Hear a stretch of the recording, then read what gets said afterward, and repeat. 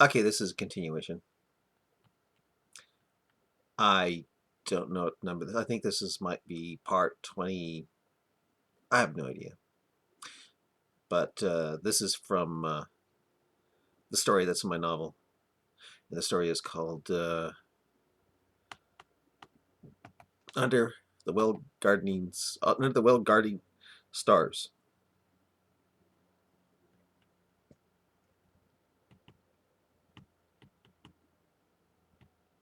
I thought you said I thought you said you wouldn't kill Muslims, said Sally, looking down.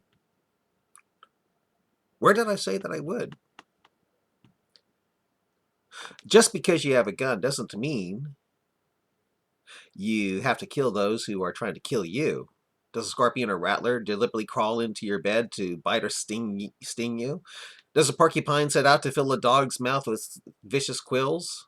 Look, if they think you are evil, which all Muslims view me as for daring to question and expose Islam, they will think I'll use this gun to kill them.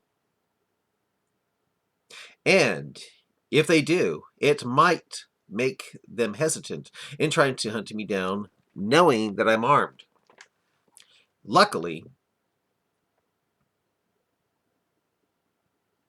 luckily in the human brain, and jihadi Muslims are human, there is usually a strong thread of doubt in whatever belief, no matter how hypnotized and brainwashed that individual is into believing it.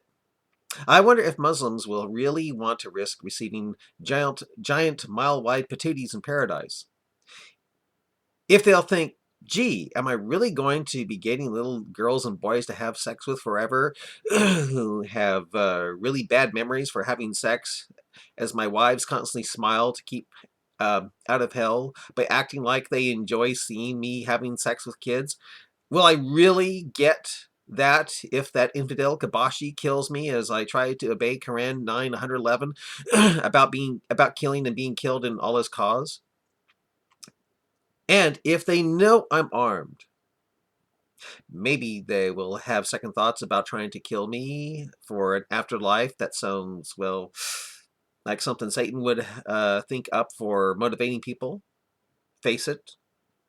Besides, if I make news with what I've got, the gunpowder and guns and all, it might actually activate all those sleeper cells with CDs I and Neville have set up around the country. One gun wouldn't do it, but gunpowder, etc. Hey, I think it just might grab headlines.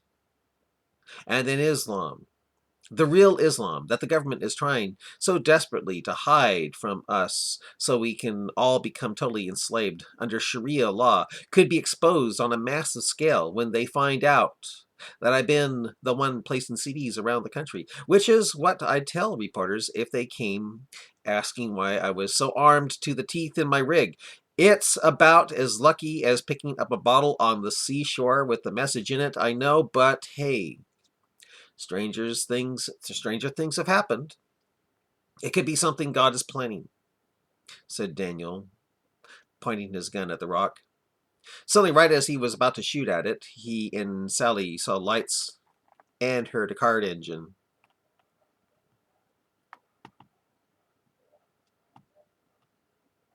Oh my gosh, Daniel laughed. The first vehicle to see on this part of the road.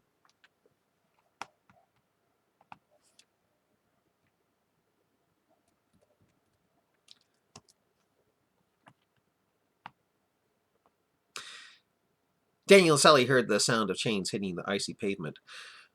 I wonder if it's the Aloha snack bars coming back for round two, Daniel said a little bit nervously. A few minutes later, the car passed by Daniel's truck and kept on going. What if it was the Muslims? What would you do? Asked Sally. I just stand here, hoping they'd come upon my package of pork rinds, make vampire-like hisses, and come tumbling out of the cab. Sally then asked, "You used that gun today. You say it protected you?"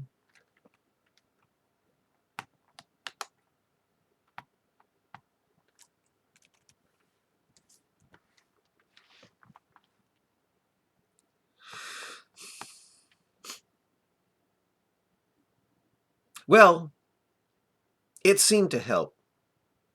It seemed to help. The Muslims quit pursuing me when I started shooting back at them. Why did you think? Why do you think they're after you? Why do you think they're after you?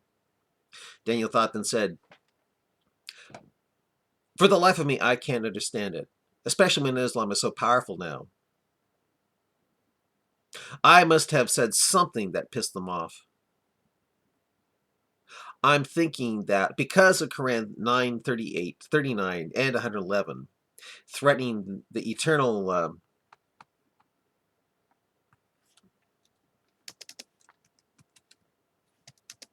security of Muslims if they don't kill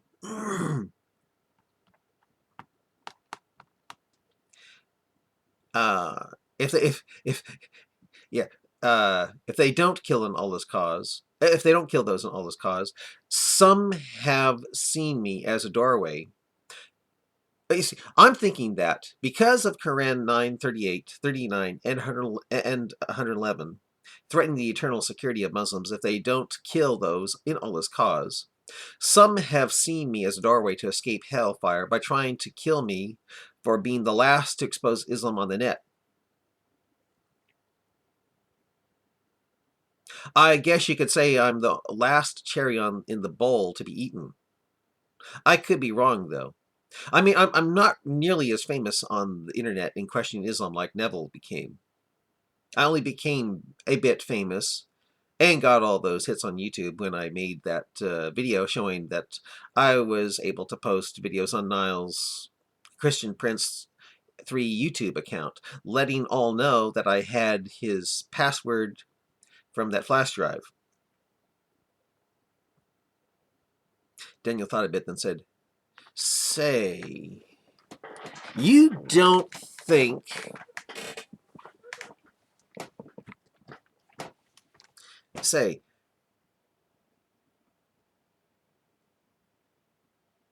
you don't think that that is the reason why Muslims are trying to kill me, do you? Because they still think I have his password to his accounts? I mean, in that video, in that video that I placed on his YouTube account, I talked about the flash drive, of how it had Christian Prince 3's journal in Arabic and the password with it.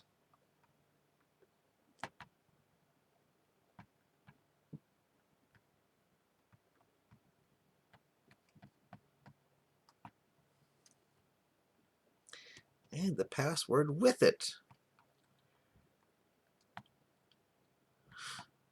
Sally thought for a while, then asked, why would they want to do that? Daniel looked at the stars and said, "Gad, if that's the reason, I have no idea. Still, it is strange that of all those who expose Islam on the internet, it's only Christian Prince 3's and my accounts that Muslims have yanked off. Yeah, it's only Christian Prince and my accounts that Muslims haven't yanked off. I wonder why. I mean, ever since it was made a crime to expose Islam, they call it criticizing it. Well, ever since then, man, it's so hard to study Islam on the net now. It seems that the only Qurans you can find now are the ones that say the earth is round, not like the way the originals have it, spread out flat like a carpet, etc. I mean, in the Quran Muslims have on the internet now, it no longer removes African American complaint for the time the U.S. had slavery with Quran 424. Quran 424 used to say, "Forbidden to you are married women except what your right hand possess." In other words, okay to have sex with someone's wife if she's the Muslim slave. Now, with the Quran on the internet, it says, quote, "unless she has left her unbelieving husband," unquote, like there is some actual consent involved. Hopefully Muslims will believe the politically correct Quran they put on the internet and not the ones they have in their mosques and at their homes. But I bet they won't. They probably all, deep down, No, the new and improved Quran on the internet is only for non-Muslim eyes only. To really just get our guards down so Islam can conquer us faster. I mean, so much of even the Sahih Hadith is now missing from the internet now.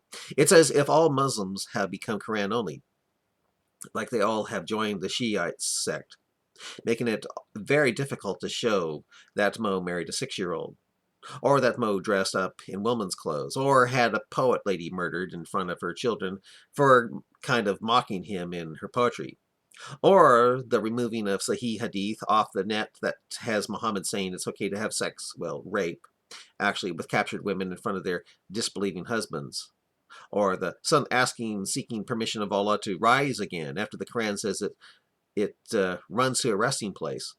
Or my favorite, the one that has him saying the devil sleeps in your nose at night, making it so the only way to get him out is to wash your nose 3 times. When Daniel finished talking about the Islamic sayings and traditions that were now being removed off the internet, he noticed Sally looking down. Daniel then said, I don't know about you, Sally, but I'm beginning to think more and more that what I'm doing with the CDs and paper plate packets might all have been for nothing. That Niles Neville died in vain. If I become successful and call the world's attention to what the Hadith and Quran really say, and the world sees it missing, they'll think I'm a liar. Luckily, on the flash drive, Christian Prince, when he had the handle of a leg, actually recorded the official Saudi websites of the Quran and Hadith. But again, I'm thinking now that it might all be for nothing, my jihad to expose Islam. Could have, said Sally, still looking down. Well, I'm cold. I bet the truck will feel comfortable now. Again, you can sleep on the lower bunk while I sleep on the top. But before I go, I want to see if I can hit that rock with the snow on top. Daniel took out his earplugs from his black leather jacket pocket and put them in his ears. He then said, I usually wear these things at night. Yeah, I usually wear these things at night to keep that reefer from driving me mad. I don't have any earplugs for you, so just cover your ears with your palms. Daniel gave a count of 3. And on 3, grabbed at his gun, pointed at the rock and fired.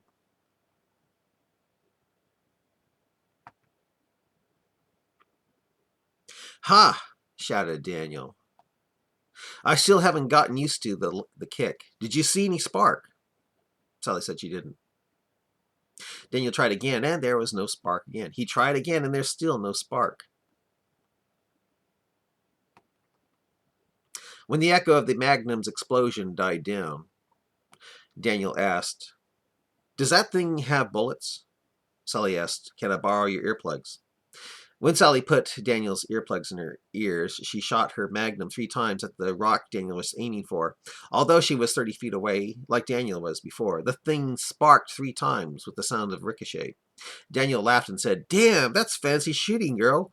Wow, you demand. Demand? Yeah, wow, you demand? Well, demand when it comes to shooting for sure. Man. Sally dropped her hand down and said, I've never shot a gun before. Beginner's luck? No, I'd say you're just a natural-born shooter, smiled Daniel. Sally's teeth started chattering, and the two started walking back to the truck. As they walked back, Daniel pointed up to the night sky, and said, You can believe that all that up there supposedly came out of something smaller than a... Oh, can you believe that all that up there came out of something smaller than a proton? I'll stop it here.